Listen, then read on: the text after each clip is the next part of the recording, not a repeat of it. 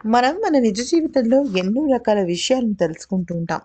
ముఖ్యంగా చెప్పాలి అంటే చాణక్య నీతిలో మనల్ని మన జీవితంలో ఎలా నడవాలి, ఎలా ముందుకు వెళ్ళాలి, ఏ రకమైన జాగ్రత్తలు తీసుకోవాలి, ఎలా ప్రవర్తించకూడదు, ఎటువంటి జీవితాన్ని గడపకూడదు అనే విషయాలపైన ఒక అవగాహన ఉంటుంది. ప్రతి కుటుంబానికి స్త్రీమూర్తి ఎంతో ముఖ్యమైనదే. కానీ మనుషుల్లో చెడ్డ మనుషులు, మంచి మనుషులు ఉన్నట్టుగానే స్త్రీ జాతిలోనూ, పురుష జాతిలోనూ మంచివాళ్ళు, చెడ్డవాళ్ళు అని కూడా ఉంటుంటారు. అయితే ఏ కుటుంబంలో అయితే ఒక స్త్రీ సరిగ్గా ఉండదో, తన దుష్ట ప్రభావం, తన దుష్ట భావాలు ఆ కుటుంబాన్ని అల్లకల్లోలం చేసేస్తాయని చెప్తున్నాడు చాణక్యుడు.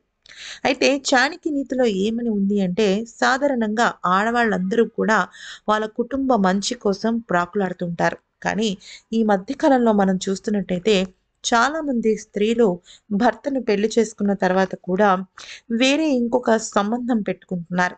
వాళ్ళు చాలా రకాలుగా దుష్టతరంగా అంటే చెడు కోరుతూ ఆలోచిస్తూ ఉంటారు.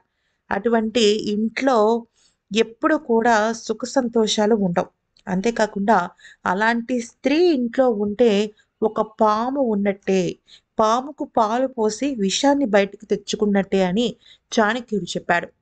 అంతేకాకుండా ఏ స్త్రీ అయితే ఒక పురుషుణ్ణి దానం చేస్తున్నప్పుడు ఆపుతుందో, మరీ ముఖ్యంగా తినడానికి తిండి, కట్టుకోవడానికి బట్ట, ఎండకి గొడుగు, తాగడానికి నీరు, అలాగే ఇంకా వేరే ఏదైనా అత్యవసర పరిస్థితుల్లో ఉన్నప్పుడు ఒక మగవాడు ఇంకొకళ్ళకి దానం చేస్తున్నప్పుడు ఆ స్త్రీ అడ్డుపడుతుందో, అటువంటి స్త్రీ ఉన్న చోట ఆ కుటుంబం పైకి రాదని, ఎప్పటికైనా వాళ్ళకి కష్టాలొచ్చి తప్పవు అంటున్నాడు చాణక్యుడు.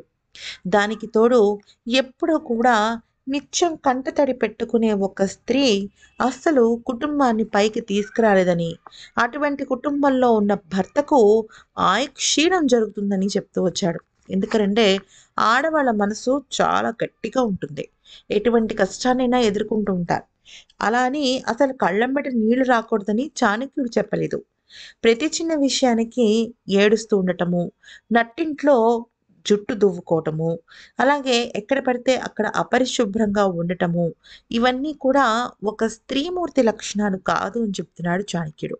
అయితే ఇది కేవలం స్త్రీలకు మాత్రమే కాదని, పురుషులకి కూడా వర్తిస్తుందని, ఇలాగా ఎవరైతే ఉంటారో వాళ్ళ జీవిత భాగస్వామికి అది చాలా పెద్ద గొడ్డలి పెట్టు అని చెప్తున్నాడు చాణక్యుడు.